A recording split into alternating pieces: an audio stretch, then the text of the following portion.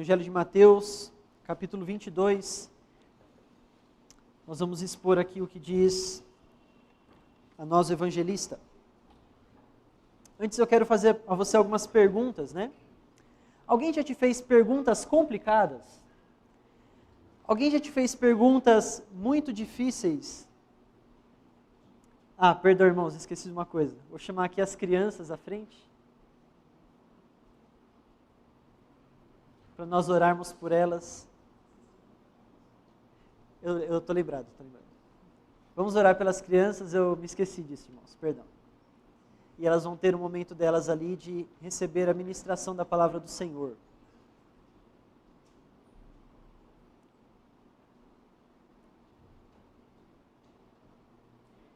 Eu esqueci de vocês, mas me lembraram, viu?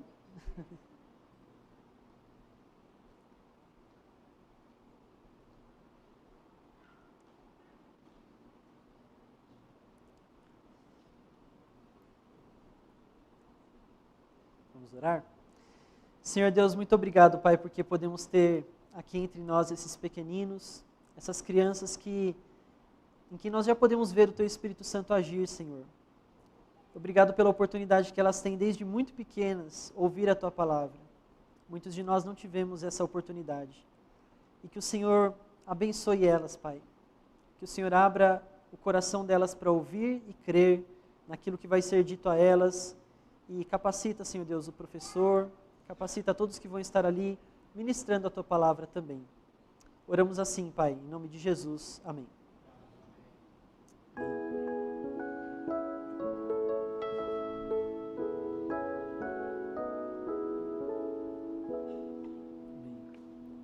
Agora sim. Então, como eu dizia, alguém já fez para você perguntas muito complicadas, que você achava difíceis de serem respondidas? Uma outra coisa para você refletir também. Alguém já fez para você perguntas que você sentiu que eram perguntas que não queriam ser respondidas? Às vezes as pessoas nos perguntam coisas, mas você tem a nítida sensação de que elas já têm as próprias respostas.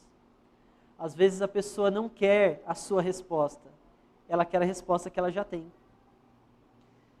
E uma pergunta para você refletir também. Você já fez perguntas assim? Será que você já foi aquela pessoa, ou tem sido aquela pessoa de perguntas capciosas? Que faz perguntas, na verdade, para fazer as pessoas se perderem nas suas respostas? Será que você tem feito perguntas sinceras? Perguntas que confrontam o seu coração, para as quais você não tem resposta, e você quer a resposta, e você faz as perguntas às pessoas? A nossa vida é cheia de perguntas difíceis, mas nem sempre perguntas revelam um coração sincero. Nem sempre perguntas revelam pessoas que querem respostas. O tema do nosso sermão de hoje é esse: perguntas complicadas. Perguntas complicadas.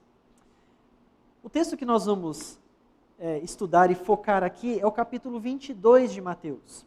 Mas quando o evangelista estava escrevendo a história de Jesus Cristo, ele tinha em mente algo que aconteceu num período de tempo bem grande. Um período de tempo maior do que simplesmente aqui o capítulo 22. Esse momento aqui que o evangelista está tratando está no capítulo 21, 22 e 23 de Mateus. E o que acontece nesse contexto? Se a gente pudesse fazer uma pregação do capítulo 21 até o 23, um tema interessante seria esse: o bendito Cristo. Seria uma pregação legal, o bendito Cristo. O bendito Cristo que é rejeitado pelos herdeiros, ou seja, aqueles que eram herdeiros da promessa do Senhor, rejeitaram a Cristo, mas aí o bendito Cristo foi herdado pelos que eram rejeitados. Aquelas pessoas que eram considerados à margem do povo de Deus, os rejeitados, esses foram os que verdadeiramente conheceram ao Senhor. Irmãos, esse momento aqui do Evangelho de Mateus, ele é muito tenso. Ele revela uma coisa muito difícil da gente de ler, né? Porque aqui, Jesus Cristo veio para os que eram seus, o povo de Israel, e os seus o rejeitaram. Só que ao mesmo tempo que a gente está assistindo aqui ao vivo, o povo de Deus rejeitando Jesus Cristo, a gente está vendo também Jesus Cristo rejeitando Israel. Jesus Cristo está tendo um tempo de paciência para com Israel, mas aqui esse tempo chega ao fim. E aqui a gente começa a ver isso ao vivo. O Filho de Deus dizendo, as portas para vocês estão fechadas. Vocês rejeitaram ao Filho, e o Filho rejeitou a vocês. E quem personifica essas pessoas que rejeitam o Filho de Deus são os anciãos e os sacerdotes. Quem são os anciãos e os sacerdotes? São os líderes do povo, os líderes religiosos e políticos do povo. Seriam como se fossem os pastores e prefeitos daquela geração. Eles estavam rejeitando o Filho de Deus e representando ali muitas outras pessoas que também estavam rejeitando o Filho de Deus. É interessante notar que aqui no capítulo 21, nós temos a marca, né? Isso aqui pode ser uma coisa que vai ajudar você. Quando você estiver lendo evangelhos, repare em transições de cenário. Quando você tem uma mudança de cenário, você tem uma mudança de tema, você tem uma mudança de assunto, você tem uma mudança de pregação, é uma nova pregação. E aqui nós temos um novo cenário no capítulo 21. Jesus Cristo entra em Jerusalém. E essa entrada de Jesus em Jerusalém marca um momento muito importante, porque Jerusalém era a capital, era o centro de toda a vida religiosa e política de Israel. E é ali que vai acontecer a rejeição final. É ali que Jesus Cristo vai ser rejeitado como Filho de Deus, e é ali que o Filho de Deus vai rejeitar, por fim, o seu povo. Repara como que começa. Jesus ele entra em Jerusalém e as multidões declaram, bendito é o que vem em nome do Senhor. Mas não se enganem, essa multidão não é o povo de Deus, não é Israel dizendo isso para Jesus. Essa multidão são os discípulos de Jesus. São aqueles pecadores que já foram comovidos, alcançados pela pregação do Senhor Jesus. E misturado ali entre eles, alguns curiosos. Mas o volume dessa voz aqui, vem daqueles que reconhecem que Jesus Cristo é o Filho de Davi, é o Messias prometido, é o Filho de Deus. E eles gritam em alta voz, bendito é o que vem em nome do Senhor. Eles estão citando o salmo que a gente leu, o Salmo 118. E esse trecho, lá no finalzinho do capítulo 23, vai terminar com o Senhor Jesus declarando que essas pessoas não o veriam novamente, até o momento em que elas dissessem, bendito é o que vem em nome do Senhor. E depois do final do capítulo 3, ou do capítulo 23, aparece o começo do capítulo 24, falando assim, tendo Jesus saído do templo. Em que momento ele entrou no templo? Ele entrou no templo no capítulo 21, verso 23. No capítulo 21, verso 23, começa um momento menor, porque tem uma transição de cenário. Jesus está em Jerusalém, mas ele entra no templo. Irmãos, a primeira coisa que eu quero dizer para vocês aqui sobre perguntas complicadas, dentro dessa perspectiva, lembra, Israel está sendo rejeitado, Jesus está rejeitando eles estão rejeitando Jesus. A gente aprende que perguntas complicadas revelam as lutas do coração. Tudo começa com Jesus entrando no templo com o objetivo de ensinar.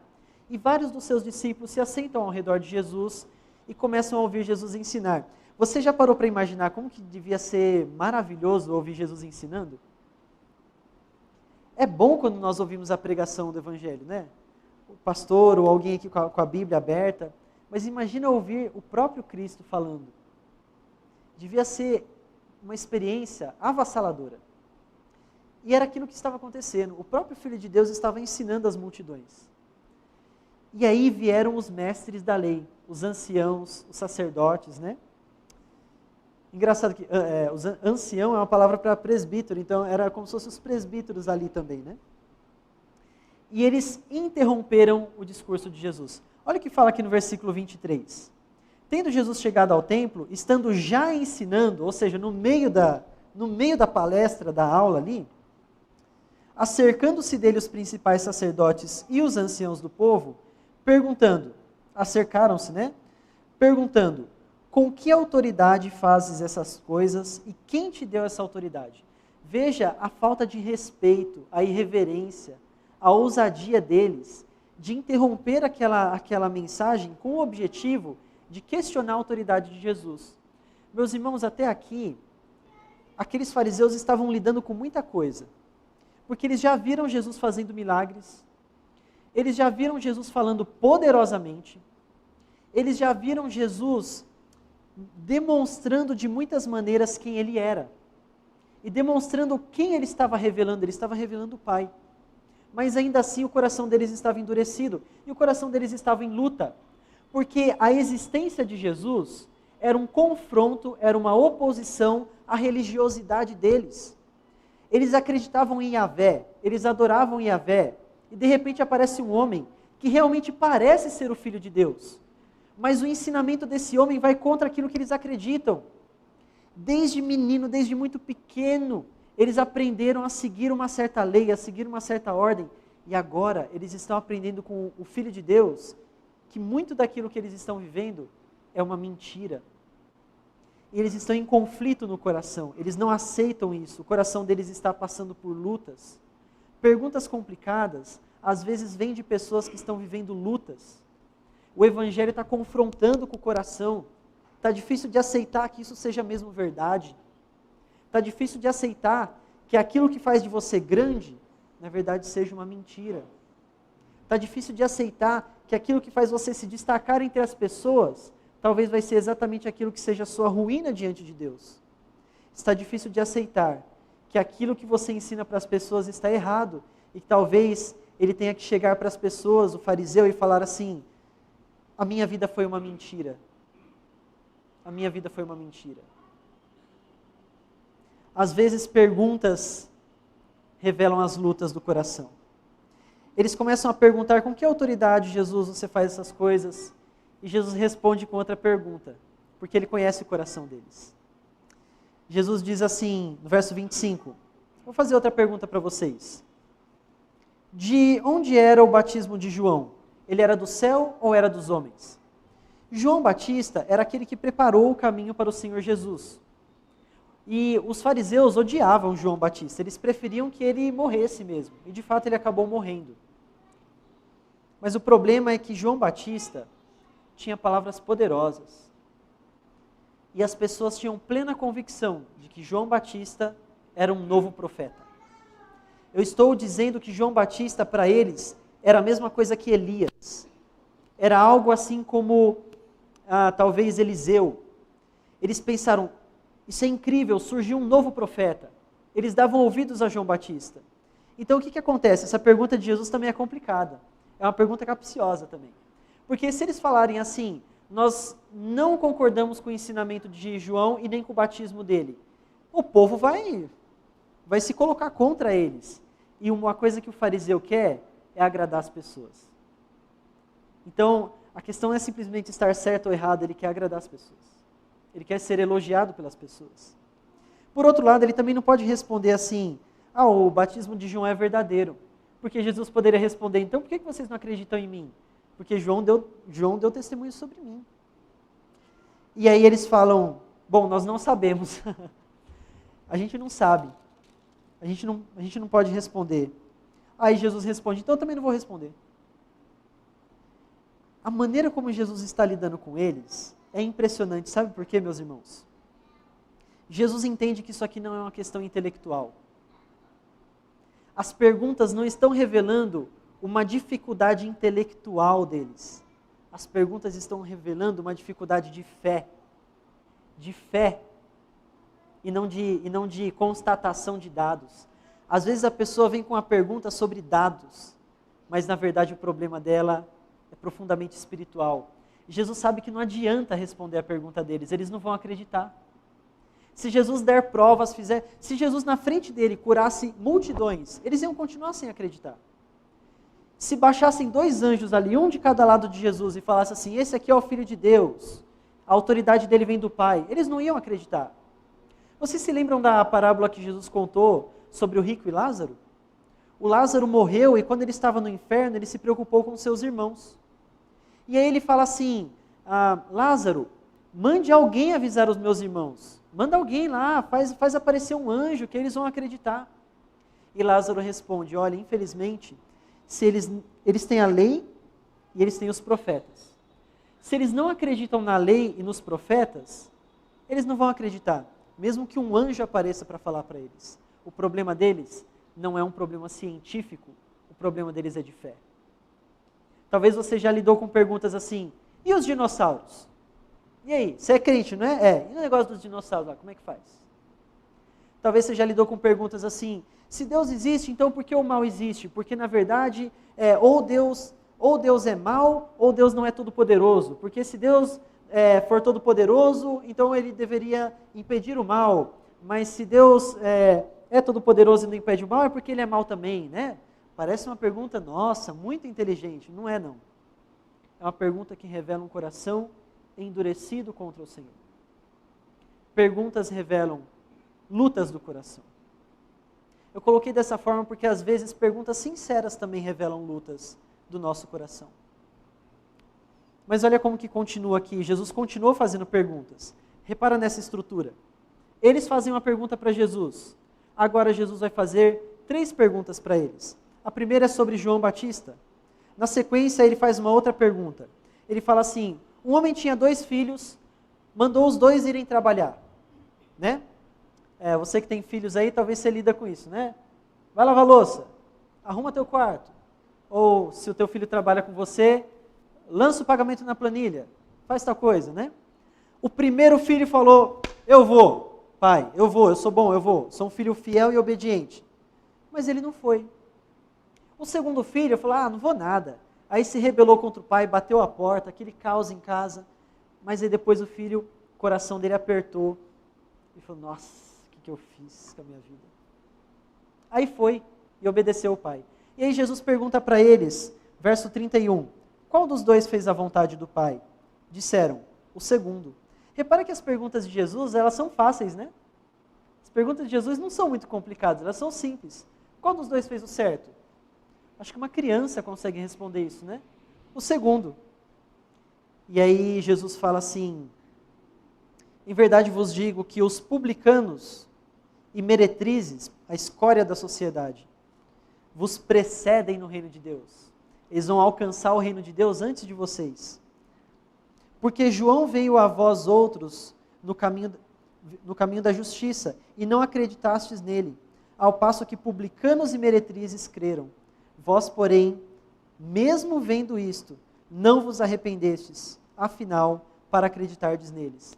Jesus está falando que João pregou e eles não creram. Aí, gente miserável creu, prostitutas, gente que tinha traído o povo de Deus, aquele filho rebelde, né? E eles não se converteram nem por ciúmes. Nem por ciúmes. E ciúmes é uma estratégia de Deus. Ele tenta despertar o ciúme do seu povo, fala Paulo em Romanos. Mas depois ele propõe outra parábola. Ele fala que um homem construiu uma vinha e contratou trabalhadores para trabalhar na vinha. E aí ele foi cuidar das coisas dele, né? E deixou aquele trabalho ali girando por conta própria. Aí depois ele mandou mensageiros para recolher os frutos, né? Os frutos daquele investimento dele. E eles não quiseram não dar os frutos para os servos. Não levaram eles a sério. Espancaram alguns, verso 35, e mataram a outro, e a outro apedrejaram. 37, por último enviou-lhes o seu próprio filho. Aqui os fariseus começaram, estou entendendo o que você está falando. Eles estão entendendo que o Senhor da vinha é Deus, porque esse tipo de linguagem já existe no Antigo Testamento. Deus já se refere a si mesmo como o Senhor da vinha. E ele está entendendo que os trabalhadores são eles, e que os mensageiros são os profetas, e que eles não deram frutos ao Senhor, e que o Filho é Jesus. Aí eles começaram a ficar muito revoltados. Porque aqui está escrito que, ele fala assim, por último enviou-lhes o seu próprio filho, dizendo, ao meu filho respeitarão. Mas os lavradores, vendo o filho, disseram entre si, esse é o herdeiro, ora, vamos, matemo-lo, apoderemo-nos da sua herança. E fizeram isso, mataram ele e não respeitaram o Senhor da vinha. E aí Jesus faz a terceira pergunta. Quando, pois, vier o Senhor da vinha, que fará aos lavradores? E aí os fariseus respondem o óbvio. Ele vai matar eles. E vai pegar outros trabalhadores melhores e vai colocar no lugar deles. E Jesus fala, pois é exatamente isso que está acontecendo. Vocês são os trabalhadores maus, e essas pessoas que me ouvem e me seguem são os trabalhadores bons. Depois disso, meus irmãos, os fariseus ficam muito irritados mesmo. E aí vem uma terceira parábola, a parábola das bodas. Só que nessa aqui já não tem pergunta. Nessa aqui não tem pergunta. Porque a parábola das bodas é a história completa. Repara como que começou curtinho, foi aumentando e agora é uma parábola completa. A parábola das bodas diz assim: um rei, um homem muito importante, estava casando seu filho, né? E ele chamou aqueles convidados de honra, os nobres, os príncipes, os comerciantes de alta classe, mas eles desprezaram o Senhor. Fizeram pouco caso do casamento do seu filho. E alguns deles, inclusive, mataram os mensageiros que foram lá para chamar eles para o casamento. E aí o homem disse assim, olha, mas a festa está pronta, eu comprei tudo, tem coxinha, né? Tem os doces, tem os salgados, eu imagino, na verdade, coxinha nada, eu imagino uma festa exuberante, um banquete, uma coisa assim, suntuosa, que aqueles homens desprezaram. Então, a primeira coisa que esse rei faz é mandar matar esses homens e destruir a cidade deles. Aqui a coisa ficou feia, meus irmãos, porque aqui Jesus Cristo não está falando só daqueles homens, ele está falando de Jerusalém. Ele está em Jerusalém. E ele está falando de Israel também. Ele está falando, aqueles homens vão morrer e a cidade deles vai ser queimada pelo fogo do juízo divino. Mas ele continua dizendo uma segunda coisa. Saiam por aí e chamem os marginais, chamem os desprezados da sociedade, os humildes, aqueles criminosos, aqueles que já não têm mais expectativa de vida, tragam eles. Eles vão ser os meus festivos aqui. E esse Senhor dá roupas festivais para eles, para que eles possam se trajar de maneira fina durante a festa. Só que durante a festa, o noivo está ali andando entre os convidados, né? E ele encontra um homem que não está trajado com vestes nupciais. E ele fala assim, escuta, preste muita atenção nisso aqui. Ele fala assim, escuta, onde estão suas vestes nupciais? Mas o homem não responde. A pergunta não está sendo feita por Jesus aos fariseus. A pergunta está dentro da parábola. E qual que é a reação do homem? Ele emudeceu, verso 12 do capítulo 22. Amigo, como entraste aqui sem veste nupcial? E ele emudeceu. Lembra? Pergunta dos fariseus. 3 perguntas de Jesus. Em parábolas diferentes, né? Em realidades diferentes. No meio, a parábola sobre as núpcias. E aí começa a mesma coisa em sentido inverso. Agora os fariseus se ajuntam e eles têm muita dificuldade de mandar matar Jesus por causa da multidão. A multidão está a favor de Jesus. Então eles vão tentar fazer perguntas complicadas. E aqui nós vamos perceber que perguntas complicadas têm resposta. Tem resposta, mas elas só têm resposta na revelação. Primeiro, perguntas complicadas revelam a luta do nosso coração. Depois, perguntas complicadas só tem resposta na revelação. Aqueles homens se juntam e eles representam ali 3 seitas diferentes do judaísmo. E eles vão fazer para Jesus 3 perguntas diferentes. Perguntas com o objetivo de tentar fazer Jesus cair num erro. Quem são esses 3 grupos de pessoas? Os herodianos, que são pessoas que acreditam que o povo de Deus deve se submeter à autoridade do Império Romano. O segundo grupo de pessoas são os saduceus, que são pessoas que só acreditam num pedaço da Bíblia, os 5 primeiros livros da Bíblia. E eles não acreditam em ressurreição. Na verdade, eles também não acreditam em anjos nem em demônios. Para eles só existe a vida material. Morreu, acabou. É tudo aqui e agora. Tudo é matéria. E o terceiro grupo são os fariseus, aqueles que distorcem a palavra de Deus. São aqueles que são legalistas, que inventam leis que não existem e desobedecem às leis que existem. São pessoas incapazes de cumprir a lei do Senhor, mas que gostam de obrigar os outros a cumprir leis que eles criaram. São hipócritas. Primeiro chega diante de Jesus os herodianos, com uma pergunta complicada para aqueles dias. Jesus, é correto a gente pagar o imposto para Roma? Para César? Porque se Jesus fala que sim, eles vão dizer assim, então você é a favor do Império Romano? Estão vendo, pessoas? Ele é a favor do Império Romano, nós queremos um libertador da opressão romana, que era o Império Romano que conquistava eles, né? Nós queremos um libertador e esse cara está dizendo que a gente tem que abençoar, ajudar o imperador, esse imperador pagão que nos mata, nos persegue. Mas e se Jesus falasse que não? Era fácil. Então a gente vai denunciar você vai ser preso e morto. É uma pergunta complicada, que revela uma luta do coração.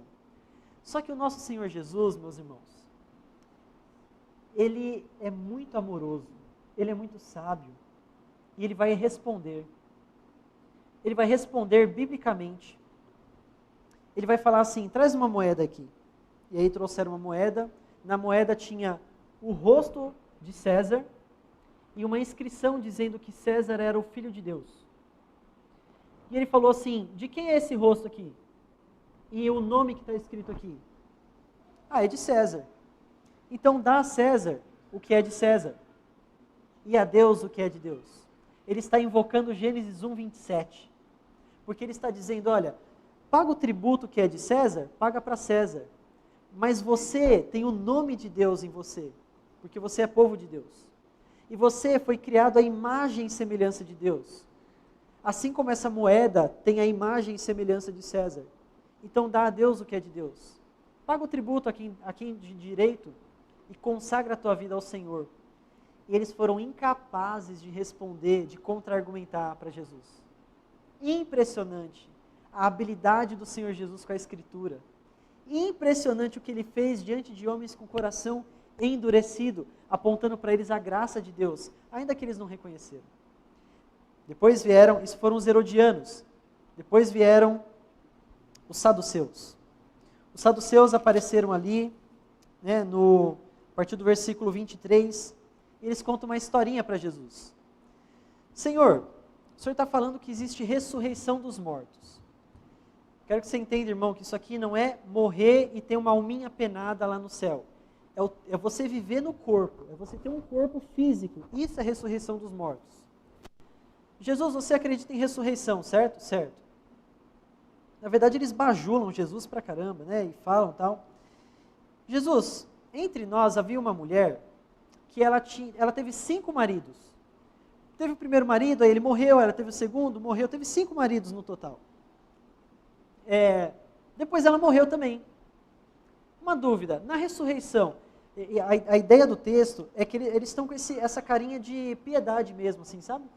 Uma carinha muito simpática, assim, tipo, ajuda a gente, Senhor Jesus, a entender essa questão tão difícil, o Senhor é um mestre, né? Na ressurreição, quem vai ser o marido dela? Nossa! Imagina essa batata quente na mão de Jesus. O Senhor não acredita em ressurreição? Corpo físico? Quem que vai ser o marido dela, então, na ressurreição? E aí Jesus responde sabiamente, errais em não conhecer a Escritura e o poder de Deus. Pois na ressurreição não se casam, nem se dão em casamento, antes são com os anjos do Senhor. E não ouviste o que foi dito? Quando, ele fala com relação ao episódio aqui, em que Deus aparece aqui, vou ler, é mais fácil. Quanto à ressurreição dos mortos, não tendes lido o que vos declarou? Eu sou o Deus de Abraão, de Isaque e de Jacó. Está em Êxodo 3:6, né? Isso aqui, lembrei, é quando Deus aparece para Moisés, na sarça ardente. Uma necessidade grande ali é Moisés entender quem está falando com ele. Não só para ele entender, mas porque ele vai falar com o povo de Deus. E quem é esse Deus? Deus fala, eu sou o Deus de Abraão, Isaque e Jacó. E a resposta de Jesus é fantástica, porque a resposta de Jesus não está diretamente no texto, mas a resposta de Jesus é uma conclusão lógica do texto. Ele fala assim, por acaso Deus é o Deus de vivos e não de mortos? Deus é o Deus de vivos, Deus não é Deus de mortos. Se ele fala, eu sou o Deus de Abraão, Isaque e Jacó, é porque ele vai ressuscitar esses homens, trazer eles de volta à vida, e a alma deles está com o Senhor.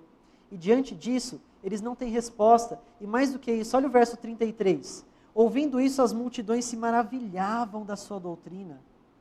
As pessoas estão perplexas. Por fim, vem uma última pergunta. A pergunta dos fariseus. Eles se reúnem, conversam muito, tentam pensar ali como que eles vão fazer para pegar Jesus. Eles não aceitam, eles estão se consumindo de ciúmes ao ver as pessoas seguindo um homem que eles desprezam. Nós não queremos que esse homem seja o Filho de Deus. Nós não queremos que as pessoas amem ele. E aí vem uma pessoa, um cara, um sujeito, para fazer uma pergunta para Jesus. Meus irmãos, a essa altura do campeonato, eles também já estão perplexos. E quando esse homem chega para experimentar Jesus, para tentar fazer Jesus cair numa armadilha com uma pergunta complicada, ele já está mais ou menos convencido. Nos outros evangelhos, a gente lê que quando esse homem conversa com Jesus, a conversa dá um passo adiante. Ele dá um pouquinho o braço a torcer. Ele fala para Jesus, depois da resposta dele, isso aí faz sentido. O senhor respondeu muito bem, senhor. Porque é verdade que a Bíblia diz isso mesmo. Então a gente começa a ver que o coração dele já está mexido, mas ainda não é uma coisa completa. Não dá para saber o que aconteceu com esse homem, se ele se converteu ou não. Mas o que a gente percebe aqui é que eles ainda não dão uma resposta conclusiva ao Senhor. Que dureza. Ele fala assim, Senhor Jesus, qual é o grande mandamento? Por que eles perguntam isso? Os judeus se esforçavam muito em tentar fazer um resumo da lei, em tentar descobrir uma maneira de sintetizar todas as leis. Elas eram muitas, né? E existiam várias teorias, vários estudos feitos a esse respeito. E Jesus prontamente responde com um texto de Deuteronômio 6,5. Ele fala assim, esse aqui é o grande e o primeiro mandamento. Amarás o Senhor teu Deus, verso 37, de todo o teu coração, de toda a tua alma e de todo o teu entendimento. Uma certa ocasião em que Deus apareceu para Israel para consolidar com eles a doutrina, ele deu esse mandamento. E aí durante o texto lá de Deuteronômio, Deus o tempo todo começa a se referir a esse mandamento, se referindo a ele como toda a lei. Toda a lei. Então a pessoa que estudasse mais profundamente a palavra de Deus, ia saber isso aqui. E era o caso desse homem. Só que Jesus não para por aí.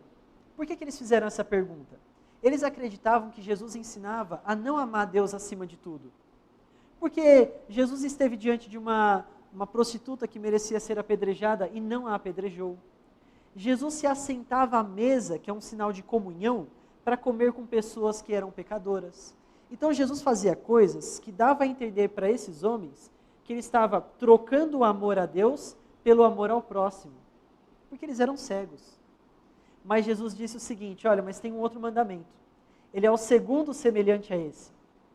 Amarás o teu próximo como a ti mesmo. Ele está dizendo assim, olha, existe um, esse é o maior, nada está acima dele, isso aqui tem que ser o norte da tua vida, o sentido do teu viver, amar ao Senhor sobre todas as coisas. Só que tem um outro mandamento que está abaixo desse, mas mesmo estando abaixo desse, ele está acima de todos os outros, de todo e qualquer mandamento, menos o primeiro. Ama o teu próximo como a ti mesmo. Se você ama o teu próximo como a você mesmo, você se assenta à mesa da comunhão. Não para sempre, mas pelo menos para tentar ganhar aquela pessoa para Cristo. Você se assenta com pessoas que você considera desprezíveis, porque você tem consciência de que você é desprezível também, o amor de Deus te alcançou. Você perdoa pessoas que te magoaram, porque você tem consciência de que o perdão de Deus por você foi incalculável, e você deve amar as pessoas. E aquele homem não teve resposta para Jesus. Quem dera ele tivesse uma resposta falando, Jesus, eu vou ficar por aqui mesmo, não vou nem voltar para lá, eu vou ser um seguidor do Senhor agora. Mas não. Assim como o homem, aquele homem sem as vestes nupciais, os herodianos, os saduceus e os fariseus emudeceram diante do Filho de Deus. E lembra que a ordem é inversa? Agora são 3 perguntas dos fariseus e uma pergunta de Jesus. E Jesus fala, agora eu vou fazer uma pergunta para eles. Jesus vai até a reunião deles, interrompe a reunião deles, que foi o que eles fizeram, lembra? interrompe a reunião deles e fala, vou fazer uma pergunta complicada para vocês. Verso 42. Quem vocês acham que é o Messias? Quem é o Cristo? De quem ele é filho? Eles responderam, isso é fácil, ele é filho de Davi. A Bíblia fala que ele é um descendente, né? Ele é um filho de Davi. Jesus falou, ok. Como, pois, Davi, pelo Espírito, chama-lhe Senhor, dizendo, disse o Senhor ao meu Senhor, assenta-te à minha direita, até que eu ponha os teus inimigos debaixo dos teus pés. Isso é Salmo 110, versículo 1. No Salmo, Davi está dizendo assim, o meu Senhor, na nossa versão está escrito assim, o Senhor disse ao meu Senhor. Fica confuso. Por quê? O nome de Deus na Bíblia é Yahvé, que significa eu sou. Ok? Eu sou Yahvé. Ele está dizendo, eu sou Yahvé, disse ao meu Senhor, Adonai, é outra palavra. Então, o Senhor disse ao meu Senhor. E aqui, você lê a sequência do Salmo, esse Adonai é o Cristo, é o Messias. E ele disse ao meu Senhor, assenta-te à minha direita, porque eu vou colocar todos os seus inimigos debaixo dos seus pés. E se Davi, pois, lhe chama Senhor, como que ele é seu filho? Na cultura deles não faz sentido. Um pai é sempre maior do que o seu filho. O pai é o ancestral, ainda mais sendo Davi quem foi. E o filho é sempre menor. E tem um outro problema também. Como que Davi está falando no presente acerca de um filho que não nasceu ainda? Eles não sabem a resposta. Talvez eles já tivessem se debruçado sobre esse texto muitas vezes, mas eles nunca chegaram a uma conclusão. Como que Davi está falando de alguém do futuro? E como Davi fala do seu Senhor, se ele é seu filho? E aí, olha o 46. E ninguém lhe podia responder palavra, nem ousou alguém a partir daquele momento, a partir daquele dia, fazer-lhe perguntas. Qual que era a resposta para a pergunta de Jesus? Como que o filho de Davi era maior do que Davi? Como que o filho de Davi poderia já existir se Davi não tinha tido filho ainda? A eternidade e a perfeição eram a resposta para a pergunta dele. E a perfeição e a eternidade estava diante deles, conversando com eles naquele momento. A resposta para a pergunta de Jesus era ele mesmo. A gente aprende, meus irmãos, que perguntas complicadas só tem resposta na revelação da palavra de Deus. Mas a gente aprende também que perguntas complicadas só tem revelação em Jesus Cristo. As perguntas mais profundas, as perguntas mais importantes da vida, só tem sentido por meio de Jesus Cristo. Quantas pessoas não já têm suas respostas prontas, suas filosofias de vida, sua ciência naturalista? Quantas pessoas já não depositaram a sua fé sobre alguma coisa e elas chegam para Jesus com perguntas complicadas? Chegam para os crentes com perguntas complicadas?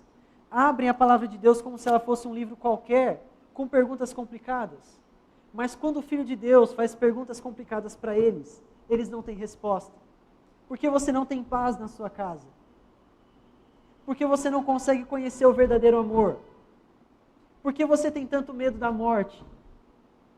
Por que você sente uma culpa devastadora no seu coração que nada pode aplacar? Por que você sente um vazio dentro de você do tamanho de Deus? E as pessoas não têm respostas para essas perguntas. E ainda assim elas endurecem o coração diante do Senhor. Assim como esses homens endureceram o coração diante do próprio Jesus.